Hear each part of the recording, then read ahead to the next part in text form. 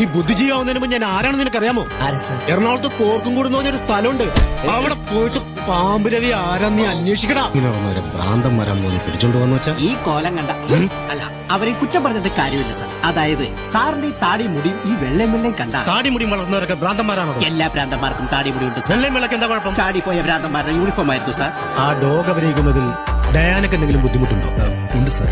നിങ്ങളാരാ? കിഷോർ കുമാർ എന്റെ ഫ്രണ്ട്. അതിന് എന്റെ ഫ്രണ്ടിൽ കയറി നിൽക്കുന്ന എന്തിനാ? അല്പം മാറി നിൽക്കൂ. ഞാൻ പ്രൊഡ്യൂസർ കിഷോർ കുമാർ. ഓ, ആ കിഷോറാണല്ലേ. എങ്കിലും മാറി നിൽക്കൂ. മിസ്റ്റർ മുഹമ്മദ് റാഫി. കിഷോർ കുമാർ സാർ. ആ, കിഷോർ കുമാർ. പാടൂ. അങ്ങനൊന്നുമില്ല. പിന്നെ നൈസ് ടു മീറ്റ് യു. നല്ല ബോഡിയാ, കേടാക്കരുത്. Sarasamma, what a beautiful name.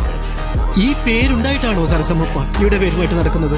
നിങ്ങൾ നിങ്ങളുടെ പേരിലേക്ക് തിരിച്ചു വരൂ സരസമ്മേ. Sir please. Come on Sarasu, come on.